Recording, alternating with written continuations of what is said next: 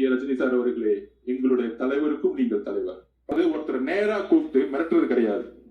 அவதூறு பிரச்சாரங்கள், கீழ்த்தரமான பிரச்சாரங்கள், தனிப்பட்ட முறையில் பிரச்சாரங்கள், இதையெல்லாம் உருவாக்கி அவரை எந்த அளவுக்கு வீழ்த்தினாங்கன்னு தெரியும் உங்களை. இதைதான் நான் பதிவு பண்ணேன். நம்மளுடைய ரஜினிகாந்த் சார் அவரும் கட்சியை உருவாக்கணும்னு சொல்லும் போது நான் தேர்தலில் வேலை பார்த்தேன். அப்ப நாங்க சர்வே எடுப்போம். சர்வே எடுக்கும் பொழுது அவர் கட்சி ஆரம்பிக்கணும்னு சொன்ன உடனே காமிச்சது 18%. நான் உண்மையை சொல்றேன், எடுத்த உடனே 18% காமிச்சிச்சு. அப்ப நான் களத்துல வேலை பார்த்துட்டு இருக்கேன்.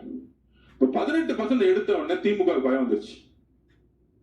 அப்ப என்ன மாதிரி போலி கருத்துக்களை உருவாக்கணும், இதுதான் நான் மிரட்டல்னு சொன்னேன். அவரை கூப்பிட்டு மிரட்டினாங்க, அந்த குடும்பம் செஞ்சுச்சு, இதுக்கான அர்த்தம் இல்ல.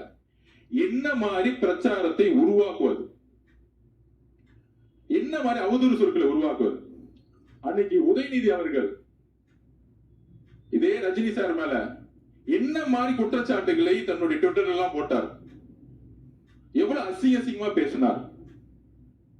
பாஜக பி டீம் மிரட்டி தான் பாஜக கொண்டு வந்தாங்க. இதெல்லாம் உருவாக்குறது திமுக.